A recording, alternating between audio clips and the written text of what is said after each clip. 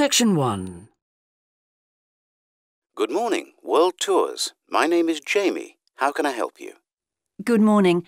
I want some information on self-drive tours in the USA. Could you send me a brochure? Of course. Could I have your name, please? Andrea Brown. Thank you. And your address? 24 Ardley Road. Can you spell that? Ardleigh Road. Postcode? BH5 2OP. Thanks. And can I have your phone number? Is a mobile all right? Fine.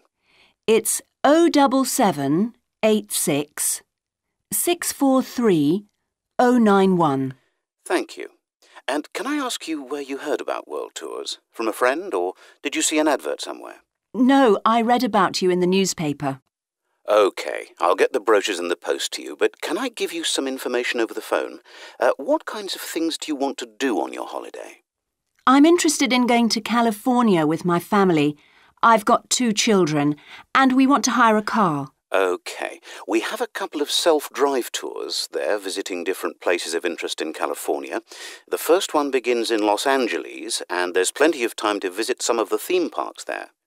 That's something on my children's list, so I'd want to include that. Good. Then you drive to San Francisco. From San Francisco, you can drive to Yosemite Park, where you spend a couple of nights. You can choose to stay in a lodge or on the campsite. I don't like the idea of staying in a tent. It'd be too hot. Right. And the tour ends in Las Vegas. OK.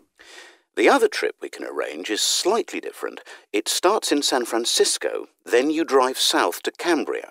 Someone told me there's a really nice castle near Cambria. Will we go near that? Hearst Castle is on that road, so you could stop there.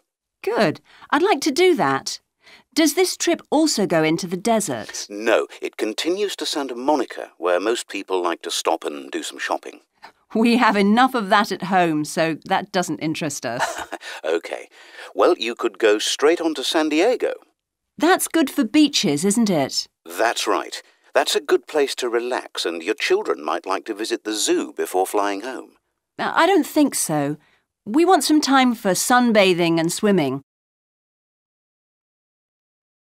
So, how many days are the trips, and how much do they cost? The first one I told you about is a self-drive tour through California, which lasts 12 days and covers 2,020 kilometres. The shortest journey is 206 kilometres, and the longest is 632 kilometres. The cost is £525 per person. That includes accommodation, car rental and a flight, but no meals. OK. And the other trip? That lasts 9 days, but you spend only 3 days on the road. You cover about 980 kilometres altogether. So is that cheaper then? Yes, it's almost £100 cheaper. It's £429 per person, which is a good deal. So that covers accommodation and car hire. What about flights? They aren't included, but these hotels offer dinner in the price. OK. Well, thank you very much. I'll be in touch when I've had a chance to look at the brochure. I'm pleased to help. Goodbye. Goodbye. Section 2. On behalf of LP Clubs, I'd like to welcome you all here today. My name's Sandy Fisher, and I'm one of the fitness managers here. Before we start our tour of the club, I'll just run through some basic information about the facilities we have here, including recent improvements, and explain the types of membership available. Our greatest asset is probably our swimming pool, which at 25 metres isn't Olympic-sized, but now we've expanded it to 8 lanes, it's much wider. This means there are rarely more than a couple of people at a time in each lane. Unfortunately, there isn't space for an outdoor pool here, but the glass roof on the swimming pool is partly retractable, which means you can enjoy something of the open-air experience on warmer days. Our recently refurbished fitness suite has all the latest exercise equipment, including 10 new running machines and a wide range of weight training machines. Each member is given full training in how to operate the equipment, and there is always a trainer on duty to offer help and advice. Although we do have adult-only times after 6 and at certain times at weekends, children are well catered for. Older children continue to benefit from a wide range of tuition, anything from trampolining to yoga.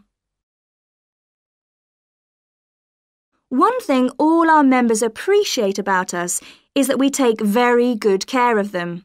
This starts on day 1 with your personal assessment. You are asked to fill in a questionnaire giving details of any health problems. One of our personal trainers will then go through this with you. The trainer will then take you through the safety rules for using the equipment in the fitness suite. During your next exercise session, a personal trainer will work with you to make sure you understand these.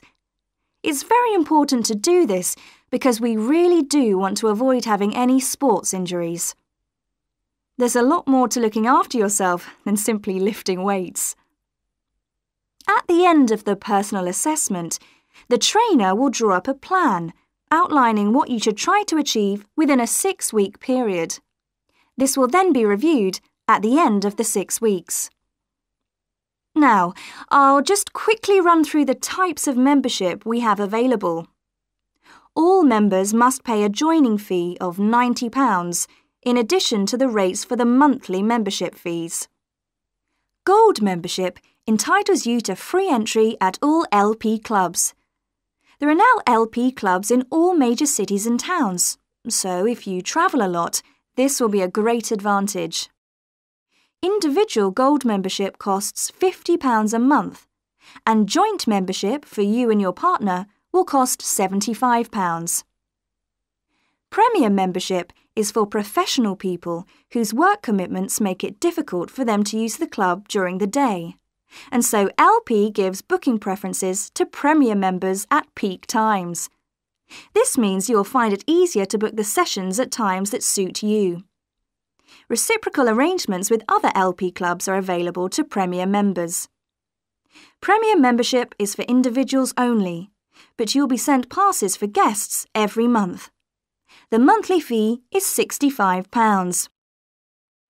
You don't have to have any special clothes or equipment when you visit the club. We provide robes and hairdryers in the changing rooms, but it's very important to remember your photo card because you won't be able to get in without it. For people who aren't working during the day, Section 3. Hello, Professor. I'm John Wishart. I'm working on my entry for the Global Design Competition. My tutor said you might be able to help me with it. Ah, yes, I got a copy of your drawings. Come in and tell me about it. What sort of competition is it? Well, it's an international design competition, and we have to come up with a new design for a typical domestic kitchen appliance. I see. And are there any special conditions? Does it have to save energy, for example? Actually, that was the focus in last year's competition. This year's different. We have to adopt an innovative approach to existing technology, using it in a way that hasn't been thought of before. I see. That sounds tricky. And what kitchen appliance have you chosen? Well, I decided to choose the dishwasher.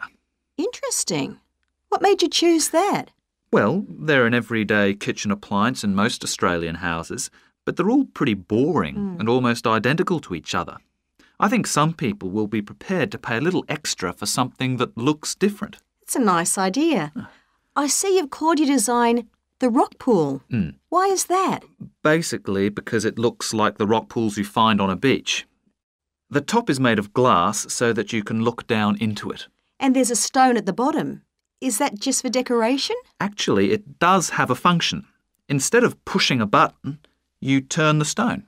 So it's really just a novel way of starting the dishwasher. That's right.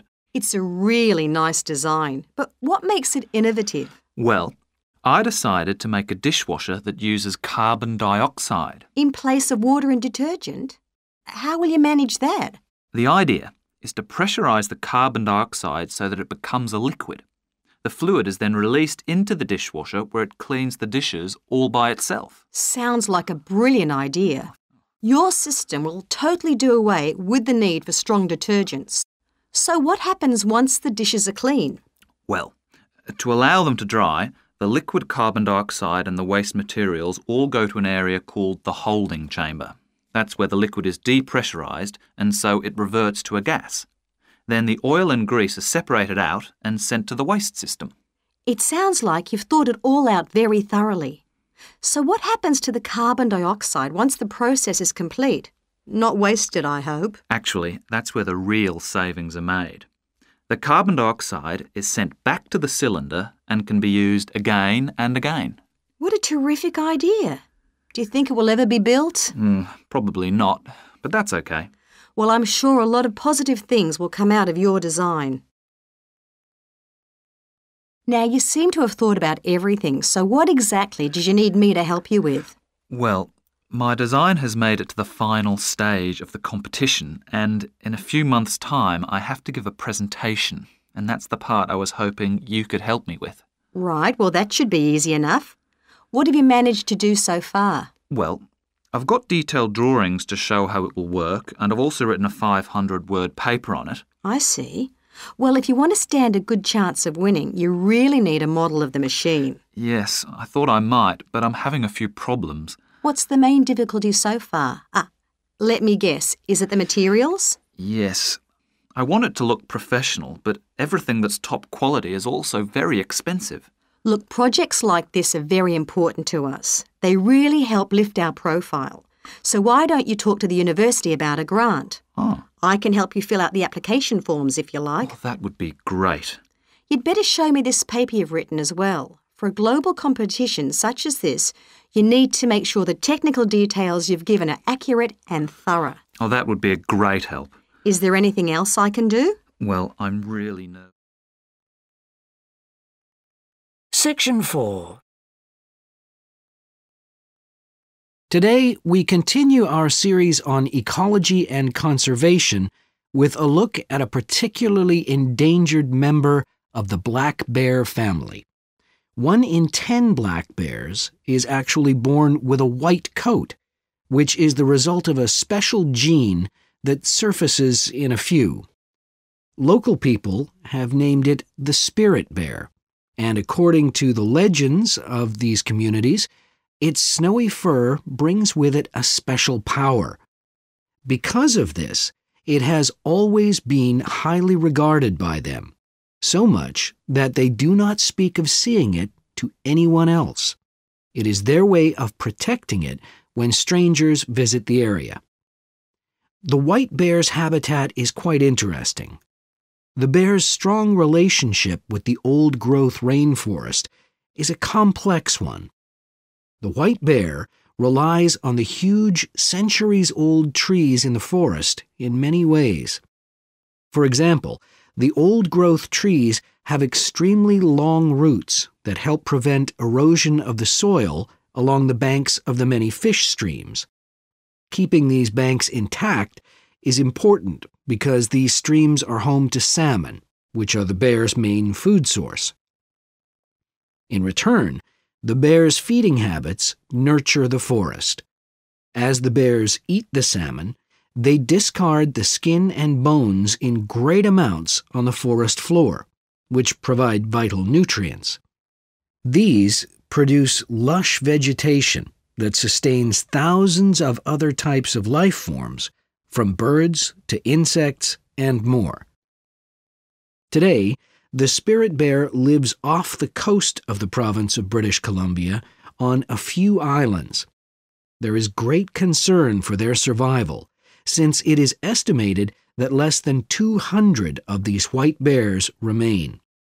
The best way to protect them is to make every effort to preserve the delicate balance of their forest environment. In other words, their ecosystem.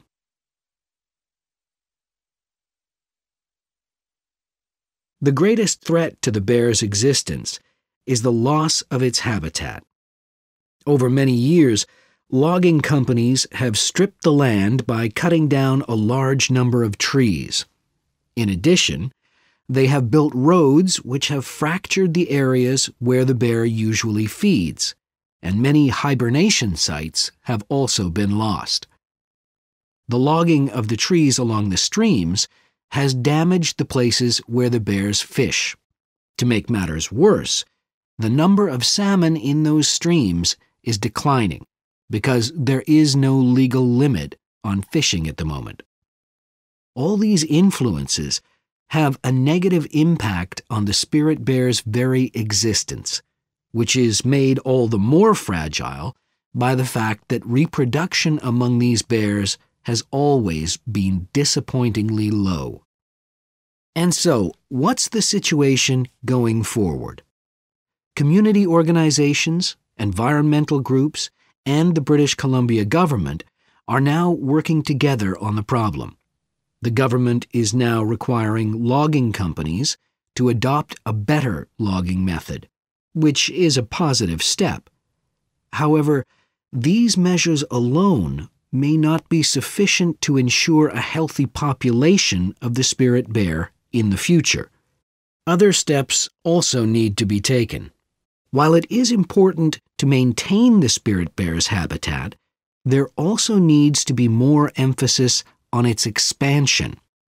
The move is justified as it will also create space for other bears that are losing their homes to damage.